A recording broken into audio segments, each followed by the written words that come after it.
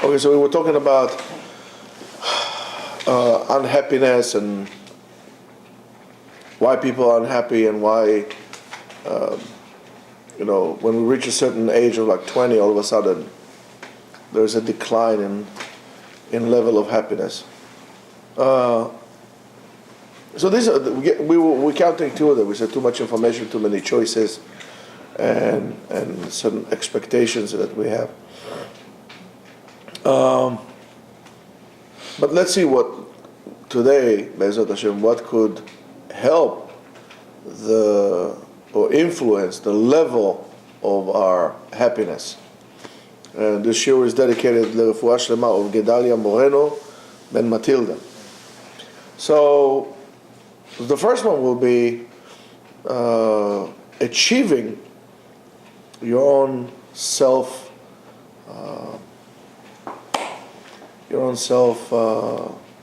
purpose, whatever you intend to be. Maybe you can one time today. Generally, everybody has a need for speed. No, everybody has the need for self-fulfillment, to have some kind of a mission in life, and so on and so forth. In life, usually, it's recommended to reach what you destined or destine yourself or think you were destined to become. Nature created us that the greatest reward, we kind of quote unquote program, and I'm using nature, not God, because I want you to.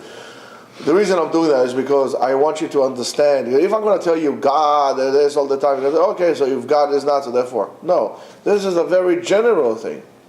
Needless to say that and you'll see that it's all really connected about how could, in a way, it's like you would see how Judaism really is geared, if you live it the right way and you do things the right way, gear to make you the most happy and the most fulfilled. So nature created it in such a way that the greatest reward is, and the greatest satisfaction is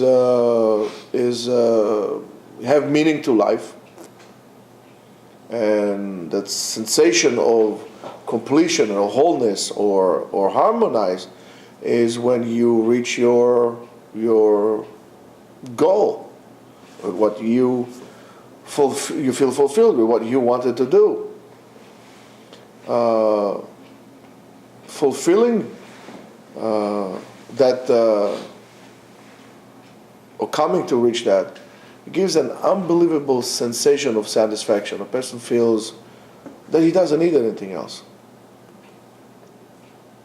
And it gives you a very, very deep sense of fulfillment, of happiness, of contentment. When you're a parent, those levels become, or potentially could reach the highest level of all. Yesterday, my daughter went, my teenage daughter went to, she was invited with two girls that she did a project, one black girl and some other girl. There were three girls working together. They created, through a summer program, Girls That Code, they created a program that's called, it's called Stranger Danger. It's an app, especially for girls, very sophisticated for, at the time there were 16, 17-year-old girls. So yesterday she was invited to go to this tech convention. It was all adults, it was like hundreds of people in this thing. And my wife watched it live. She couldn't go, my other daughters went. And she sent me a link to that. And those things like TED Talks that they have. And I saw my little baby there. It's like I was feeling so great. I was so content. I felt so fortunate with my baby. It was just amazing. So being a parent and having a kid that is doing that is a tremendous sense of fulfillment and happiness. And that's your obligation as children to do that to your parents. To make your parents proud, but not just like by buying them things and saying and being a yes man, by really living up to your potential, living up to doing what you want. When parents sometimes are they get crooked. But when you are fulfilling yourself, you're living life in a responsible manner, achieving your own goal, ultimately that's the great satisfaction for a parent. So you should work on yourself for the sake of your parents. Achieving something, it does not make a difference. Because when you achieve your own personal goals and your own sense of fulfillment and you're feeling good about yourself, it projects, and then your parents look at you and they feel great. And it doesn't mean that if your parents want you to become a dentist and you really feel that you were destined to become a teacher, you should become a dentist. But go become a teacher and be fulfilled with that. And I'm telling you, I'll give you an example straight out of not a textbook, out of the life book of cases like that. Somebody, you're not going to become a businessman, da da da da da. You want to become a teacher, became a teacher, and now he's the centerpiece of the family because he's very content and happy with what he's doing, and his parents are very proud of him, and that goes hand in hand. A professional fulfillment also fills you up with self-satisfaction, but there's another dimension to self-fulfillment, which is personal growth. And it's something that in the Western world, because we don't have that mentoring relationship, what in the East you would call a guru or sensei, we don't have this anymore. And in Judaism, we supposed to have it. When the Halakha in Shulchan Aruch says "Aseh lecha rav," make yourself a rabbi.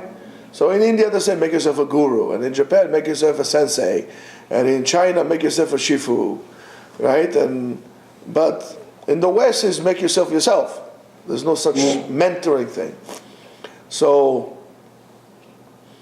that aspect, because we don't have it, there's nobody to point out for internal growth. When you are feeling that you are growing and developing yourself as an individual, not just like a punk. And you see that a lot of people who are very old in age, relatively speaking to you, they are in their 40s or mid-40s or 50s or whatever, are still very, very immature in the way they're thinking.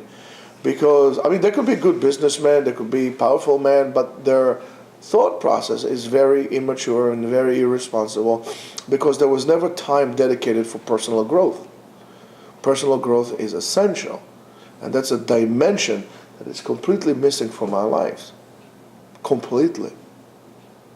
Even in the Yeshiva world, there's not so much time dedicated to personal growth. There's a lot of time dedicated to learning Gemara. Some time is learning to Halacha, but most of the time is learning Gemara. If you're learning half an hour Halacha and then the rest of the day Gemara, when are you supposed to have personal growth? Maybe it should change.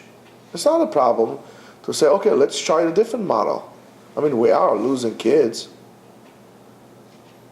So if we're going to keep on blaming the internet, and we're going to blame the schmutz, the rough elements of,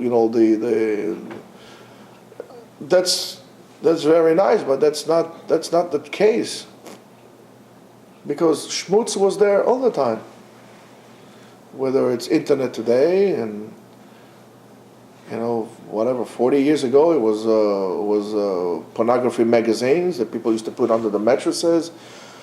And before that it was this, and before that it was that, and even in time of Shimshon, that he went to Dlila, to the Plishtim. There's always something, but it's all about your immune system, your internal immune system, spiritual immune system, that helps you deal with that. I mean, if you were exposed to let's say a bug for the first time in your life, or you lived in a protected shelter all your life, you go out and you die. That's how Americans killed the Indians, right? They gave them poison blankets. A lot of them died from flu. They died from smallpox, and they just exterminated them like roaches with biological warfare. That's how they killed them. That's how the Spanish conquered America. They conquered them with steel and bugs, because they had good weapons and bugs. They killed them. So schmutz is all the time there, but we need to enhance the immune system that it will be able to deal with that would not penetrate inside of us, because once it penetrates inside of us, it does not make a difference who you are, what you are, you're going to get it. So you need to have an immune system for that. And the immune system is not to expose you in small dosages. Okay, so let me show you, instead of showing you arguments that, God forbid, a full-fledged, naked woman, I'll show you a naked woman with her private parts, Photoshop. No, that's not what I'm talking about. I'm talking about, that's wrong. That's just like feeding the habit. I'm talking about engaging in a certain thinking and mental processes that will be there to show you that it's useless to do so. To be able to enhance you with your brain, because ultimately that's what makes you go this way or that way. To help you think better, to provide you with the thinking processes, so you would be able. This is what I'm talking about. And that's through personal growth. And it's completely ignored. It's completely ignored. And it's and even if you are aware that you need to be engaged with personal growth, it's a very difficult goal to reach, because it takes a lot of self-awareness. You need a high level of self-awareness to your fears and to your phobias, which delay you or become an obstacle in your way. We are petrified of many things. Not only of some people are petrified of what? What people are afraid of? Slugs and spiders and furry things and and so on and so forth. I'm not just talking about. Sometimes people are afraid of success. Sometimes people are afraid of we are afraid of everything. And you should know that most of our lives is generated by fear. So most of our lives is generated by something that is negative, not something positive. So when I say to people, it says, Li'ira et Hashem Elokecha. Li'ira, it is fear. So what, I should be afraid of God? The answer is no, I should not be afraid of God. And so what should I be afraid of? You should be afraid of the distance you're going to put between God. But for HaKadosh Baruch Hu, if you really want to love HaKadosh Baruch Hu, you have to have awe and appreciation to Him. Because if I'm afraid of you, I'm never going to be able to love you. I'm always going to look to break away from you. But if I am amazed at your actions that you do for me, at the grace and the chesed that you do, and I'm full of appreciation to who you are and the opportunity that I had received to meet a person like you, then I would love you. That's why David loved Yehonatan, because of this great appreciation that they had for each other. Not like some hoodlums trying to say that they were homosexuals. God forbid to think such a stupid thing. They loved each other out of brotherly love, of true appreciation. Why people who go to battle love each other so much? There's what we call, brothers in arms, that baptism by fire, because of the appreciation that I know who stands in front of me, and I know who stands behind me, and I know who stands on my sides, and then I have nothing to be afraid, because I know who is there. And I appreciate those people as the people around me, because they have my back and I have their back. And as much as I love and appreciate them, they do the same thing to me. And that is not something that you can understand unless you actually been there. That's the brotherhood of warriors. It's unbelievable. Because of that, the true appreciation for the other person there, that he would be willing to sacrifice his life to save you. That's love. Love is not sex. Love is appreciation. I love my country because I appreciate my country. I love my people because I appreciate my people. I love my God because He's the only God, because I appreciate what He does for me. I can't believe what He does for me, even though I know that I'm not worthy of it.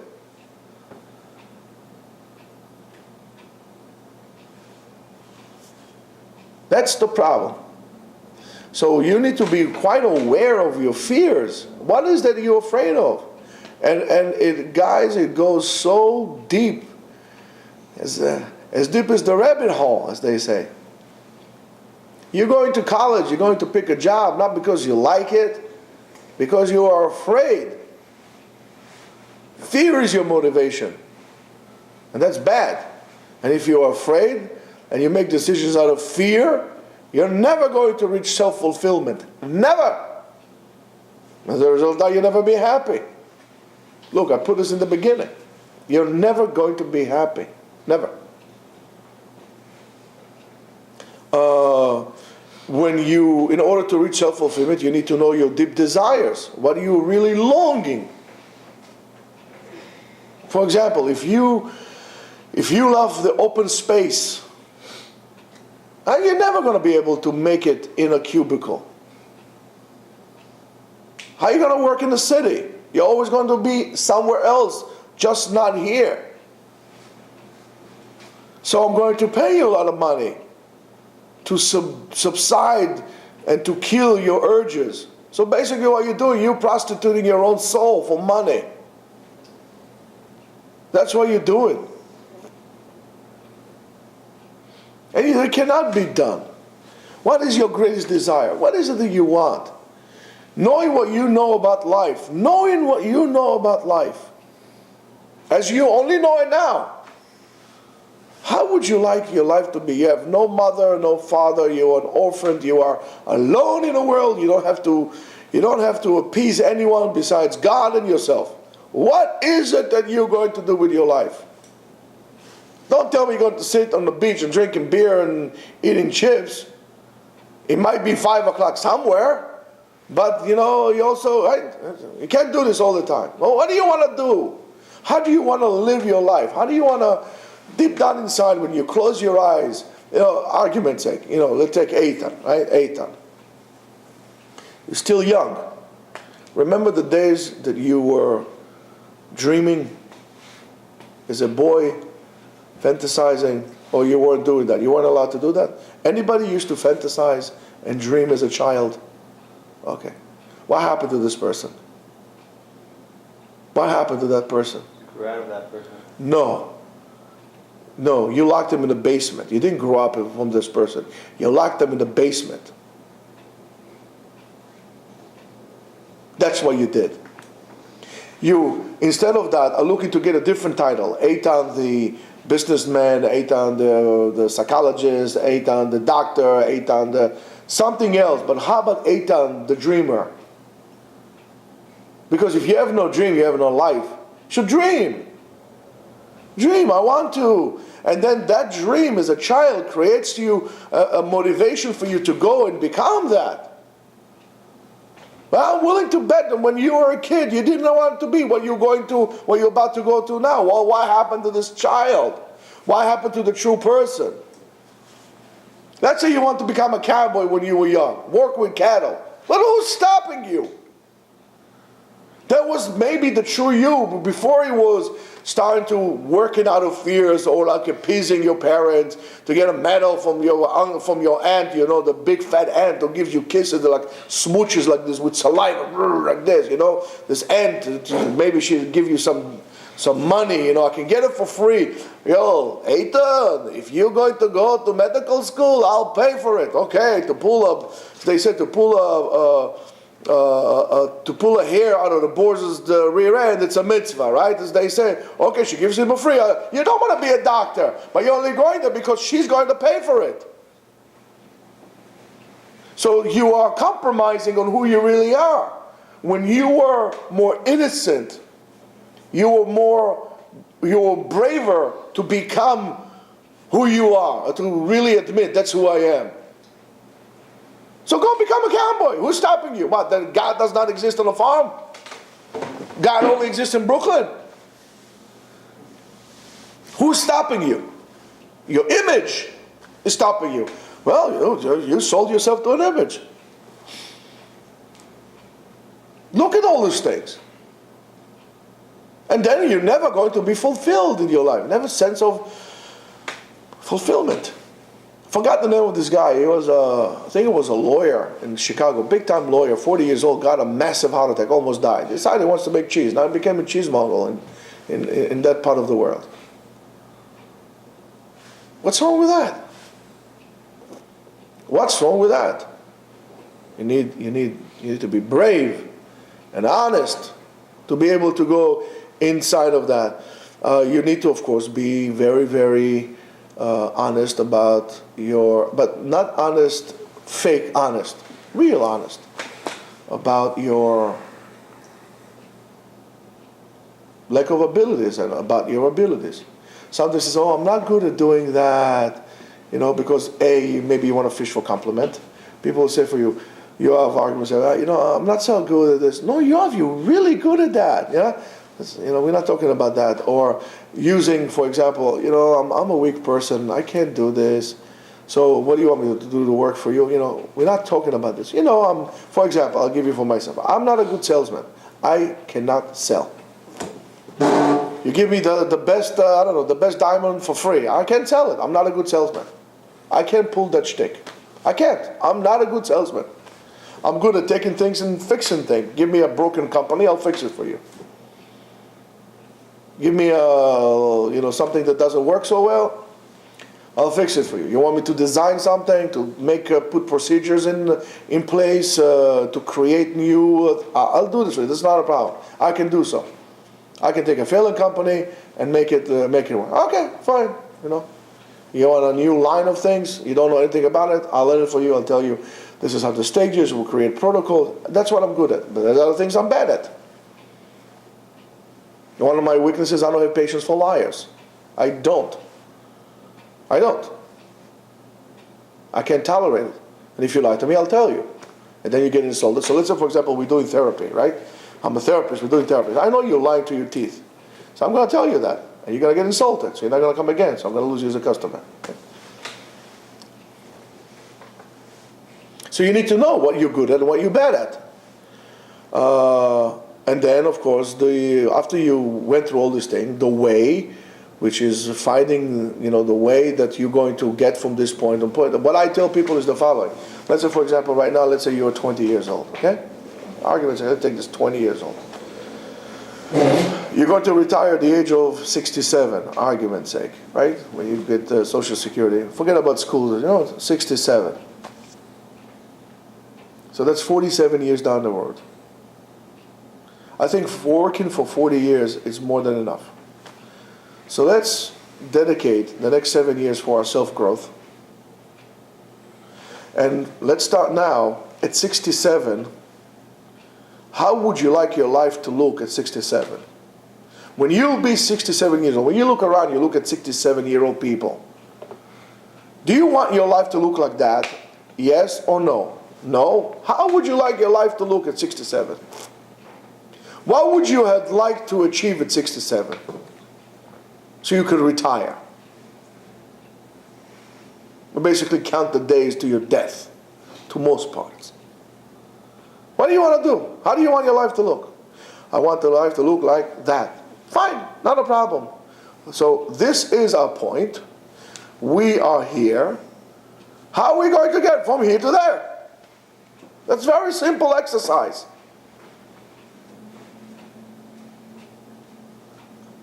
That's all it takes. Now you got to think very carefully about what is it you want in life. Finding the way to reach your goal. Finding the way to reach your destination. Finding a way to reach your self-fulfillment.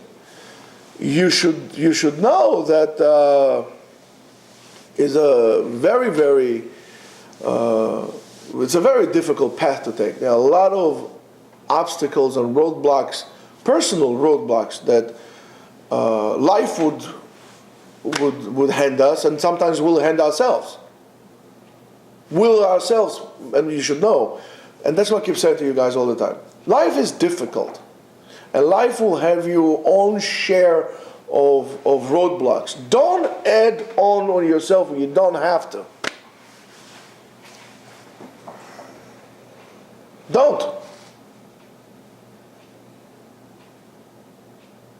It's like a person who's going on a highway. Empty. All of a sudden he pulls over to the side. What's the problem? Well, there's going to be traffic. But right now there's no traffic. But there will. I'll stop here. And then guess what? Everybody goes to Joan Beach. There's traffic. So he goes, merges into traffic. He sits in traffic. See, I told you it's going to be traffic. Stuck in traffic. I'm always talking. I know, but when it was open road, why didn't you step on it? That's what we do. We do the same thing. We wait for bad things to happen, so-called, or for things to happen, so we can interpret them that were bad, and then we say, oh, you see? It didn't work for me. You didn't have to wait when you could run for it.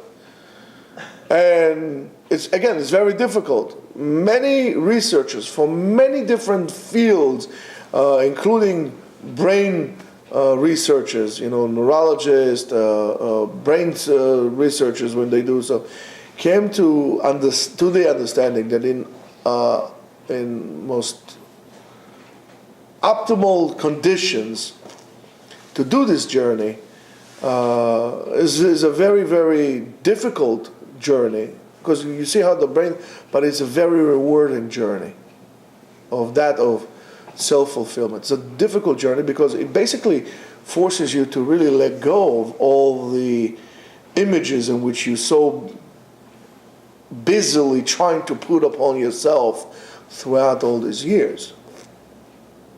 You work very hard on creating shields. It's like the wall of Pink Floyd. You're building walls around you, and you're putting and taking off images as needed, but you never actually addressed of really who you are. You do not want to go through yourself. So that process of self-fulfillment is a very difficult thing to do because you feel exposed. But it's a very rewarding thing. But in conditions of, for example, if you have condition of love, and you have conditions of a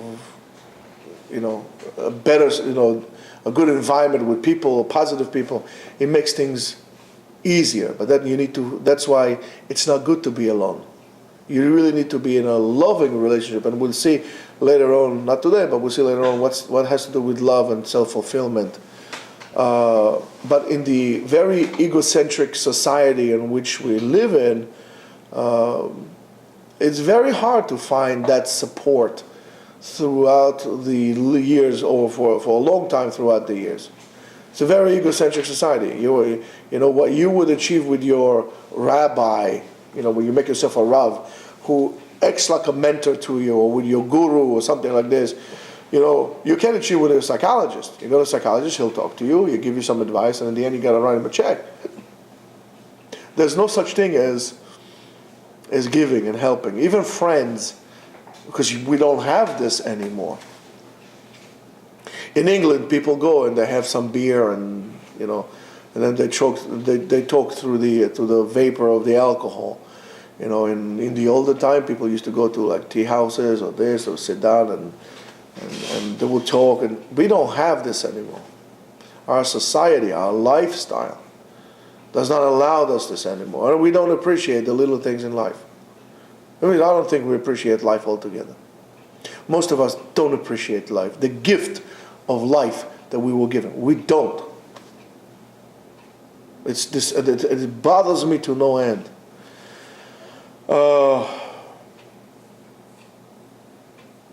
Friends at work can give you friends or coworkers or colleagues can give you some point help, like very very pinpointed help, but not for the whole spectrum, not for the whole span of life. But you need to understand that knowing somebody, like in a really deep level of knowing, patience for a person, encouragement to help, willingness to become more visible, giving up, supporting, encouraging, day in and day out for years. You can only find in a place of true love, or by a person who is on a greater mission than to serve himself. It has to be unconditional. That's the only way you'll be able to do so. If you look in that, a person who has been willing to help you and guide you, unless you have true, what we call true love, if you ever found the love of your life, or you found the mentor of your life, that's the only way you're going to do so, especially in today's day and age. We spoke today more than enough.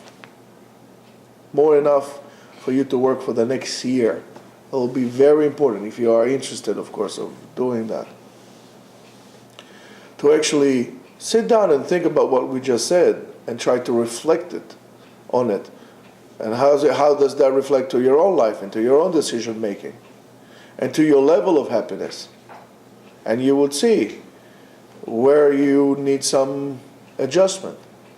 Now, if you have any questions about that matter or any matter, you can contact us at rabbigaon@gmail.com. And you can also go to our website to see what we do. In the website at yeshivaetzion.com, one word, yeshivaetzion.com.